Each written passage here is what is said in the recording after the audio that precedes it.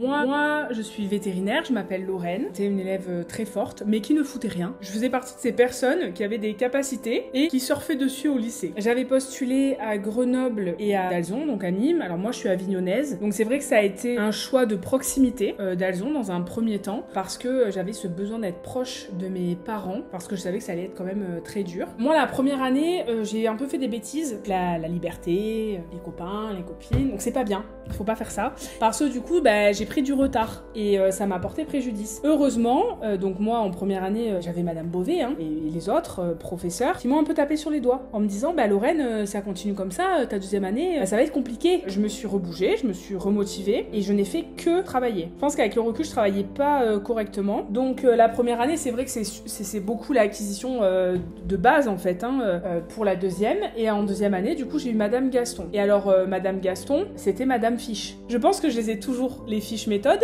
C'est simple. Alors nous, on n'avait pas encore à l'époque WhatsApp, Messenger, etc. C'était beaucoup par texto. Je me rappelle de moments, je lui envoyais des messages en mode là, je pige rien.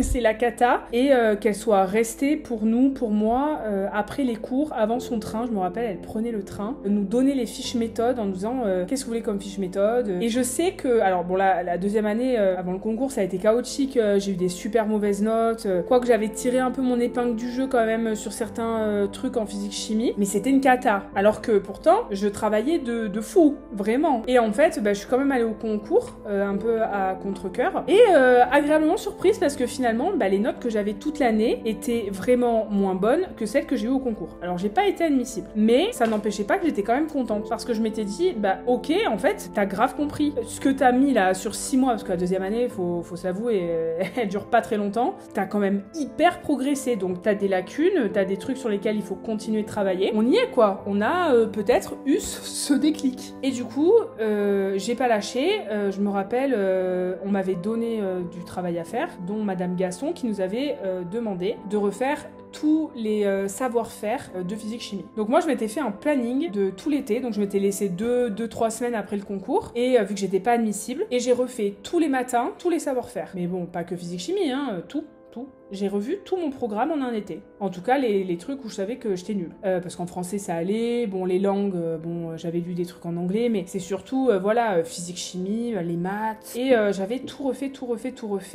J'étais allée aux oraux à Paris, alors que j'étais pas admissible. Et en fait, j'ai fait tous les DM, on a rendu les DM, et j'ai eu 12 en physique-chimie. C'est ma meilleure note. Et j'étais hyper fière de moi. Mais ensuite, j'ai été tirée au sort en Belgique pour faire veto, donc je suis partie un peu à contre-cœur. Parce que moi, la prépa, ça a été incroyable et hyper enrichissant. Je pense qu'elles seront là pour le dire. Madame Gasson aussi, parce que du coup, mine de rien, l'arrivée au concours est très stressante, et peut être très humiliante. Mais elles étaient là. Elles étaient avec nous. J'ai ce souvenir que les profs étaient là pour nous. C'était vraiment une famille. Même quand on en reparle avec mes parents, mon père, il a vraiment ce souvenir qu'on n'était pas des chiffres, on n'était pas des numéros.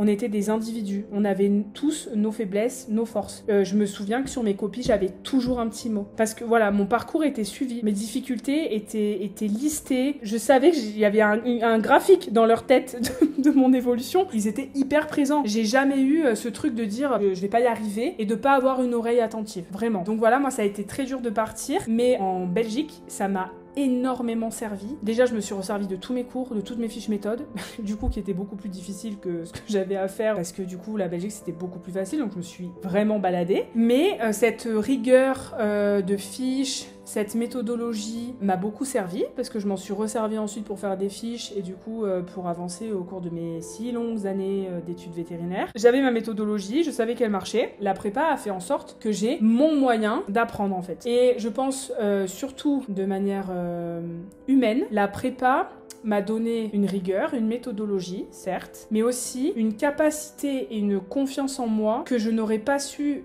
acquérir si j'étais rentrée direct en Belgique. Je pense que j'aurais échoué en Belgique. Parce que j'étais trop mais moi, j'ai pas besoin de travailler, j'ai toujours des bonnes notes. Sauf qu'en fait, ça suffit pas de dire tu travailles jusqu'à minuit, tu vas y arriver. Pas du tout. J'ai le souvenir de potes de la prépa qui travaillaient beaucoup moins que moi, mais qui réussissaient mieux. Mais parce que eux, ils avaient compris. Ils avaient le truc que moi, j'avais du mal à acquérir parce que j'étais trop scolaire. Ah ça c'est ma leçon, ça c'est mes exercices. Et devant les exercices, j'étais perdue. Parce qu'en fait, je n'arrivais pas à trouver la méthode en fait. Et quand je l'ai eu compris, notamment en refaisant mes DM l'été d'après le concours.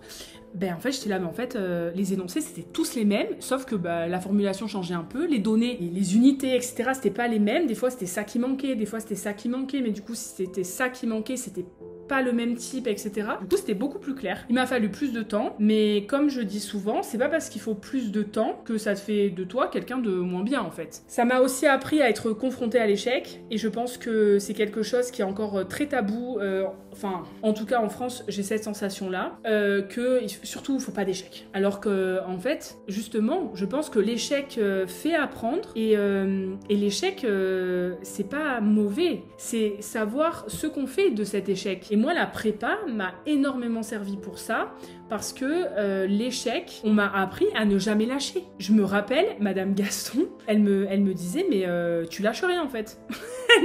elle me regardait, elle m'engueulait, elle me fait, mais tu lâches rien, tu vas y arriver Lorraine. Et je me rappelle une fois, j'ai sorti un DS, je crois un 12, c'était de la thermodynamique, j'avais grave compris. Elle m'avait dit, bah tu vois. Et j'étais là, et moi j'étais choquée parce que j'avais pas l'impression d'avoir fait autrement que d'habitude, mais c'était passé un truc. Et ça m'a vraiment servi ensuite, et même maintenant au quotidien, je dois quand même encore me former, parce qu'il y a encore plein de choses que je dois apprendre, et j'ai toujours mon petit cahier, et je me fais mes petites fiches, sur des thèmes divers et variés, qui n'ont plus rien à voir avec la physique et la chimie que je faisais avant, mais ça me sert toujours dans ma vie au quotidien, malgré les difficultés, parce que la prépa, la fac, c'était des difficultés, on va dire, scolaires, mais maintenant je suis confrontée aux difficultés de la vie, aux difficultés des patrons, aux difficultés de mon métier, du quotidien, et ça m'a permis de me forger. J'ai 48 heures de bad à chialer, et puis non, tu te relèves, tu te remotives, tu vois ce que tu peux changer, parce qu'en fait, s'il y a rien que tu peux changer, c'est pas un problème. Les problèmes, il y a forcément une solution, c'est mathématique. Ça m'a quand même bien aidé, et je pense que humainement, de toute façon, ça se ressent, parce que si on est encore aujourd'hui, après, parce que j'ai 31 ans, je suis rentrée à la prépa, j'en avais 18, ça m'a humainement apporté tellement, c'est encore plus enrichissant que la réussite en fait. Et moi je suis une des convaincues que l'échec forge et qu'il ne faut surtout pas abandonner. Ça m'a appris à ne surtout pas abandonner. Aujourd'hui je suis véto, je suis pas passée par la France. Voilà, j'avais la Belgique dans la tête et j'avais aussi l'Espagne. Je sais qu'il y a la Roumanie, il y a aussi l'Angleterre, il y a beaucoup de pays. Si c'est ça que vous voulez faire, je suis une représentation de celle qui a énormément échoué, qui a vraiment galéré, qui n'a pas réussi le concours, mais qui est vétérinaire. Et je ne regrette pas d'avoir fait la prépa. Et mon père non plus d'ailleurs, parce qu'à l'époque c'était lui qui prenait des décisions. Moi j'étais trop jeune. Il ne regrette absolument pas de m'avoir fait faire la prépa. Parce que d'avoir été confrontée à l'échec, à la résilience, à l'abnégation, m'a permis d'avoir confiance en moi et m'a permis de ne rien lâcher. Et quand j'ai été diplômée, donc c'était pendant le Covid, puisque j'ai été diplômée en janvier 2021, donc on sortait, voilà, on était un peu voilà. Je me suis effondrée, je me suis dit mais ça y est quoi. Et vraiment j'ai vu tout mon parcours défiler, et avec mon père qui était là à ce moment-là, qui me disait dans l'oreille, mais en fait ça y est. Et j'y suis arrivée toute seule quoi. Donc ouais, je suis un peu émue parce que c'est quand même des métiers passion, et malgré le fait que c'était très enrichissant, je sais à quel point c'est dur d'avoir l'impression de tout faire pour y arriver et de ne pas y arriver. Et je suis sûre que quand on a envie, on peut. Voilà, mon père il me disait, quand on veut, on peut. Et j'ai jamais lâché. Je me suis toujours dit, tu le veux, tu pourras. L'échec, c'est important, c'est formateur. La prépa, moi, elle me sert toujours, même au quotidien.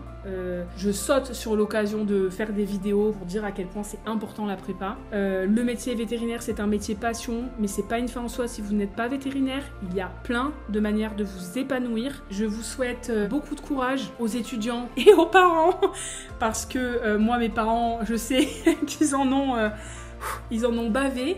C'est toujours quelque chose de traumatique dans leur tête, parce que j'étais une toute autre personne. Ils n'en ont pas que des bons souvenirs. Donc je sais à quel point ça peut être dur pour les deux côtés. Et vous, étudiants, d'essayer de faire comprendre à votre entourage que c'est pas parce que vous avez des mauvaises notes que vous ne travaillez pas, parce que parfois on travaille, on n'a pas des bonnes notes. Et c'est dur de faire comprendre à son entourage que en fait c'est ça aussi la prépa. Et à vous parents, de voir potentiellement vos enfants souffrir de l'inquiétude de l'avenir, souffrir des mauvaises notes, souffrir de l'endurance, du marathon marathon que c'est la prépa et les études en général, mais je peux vous assurer que vous le regretterez pas. Et pas à Nîmes, enfin pas avec Madame Bouvet, pas avec Madame Gaston, je regrette pas de les avoir eus, je regrette pas ce que ça m'a apporté. Que vous dire de plus à part bonne chance, bon courage, ne lâchez rien. L'échec pour moi c'est formateur, ne baissez pas les bras, rien n'est impossible, même au dernier de la classe, rien n'est impossible, je faisais partie des dernières. Battez-vous, croyez en vos rêves et surtout faites attention à vous, prenez soin de vous, prenez soin de vos familles, de vos proches. Les études, c'est bien hein, mais c'est tellement secondaire. Et puis je vous souhaite une très bonne journée. Au revoir.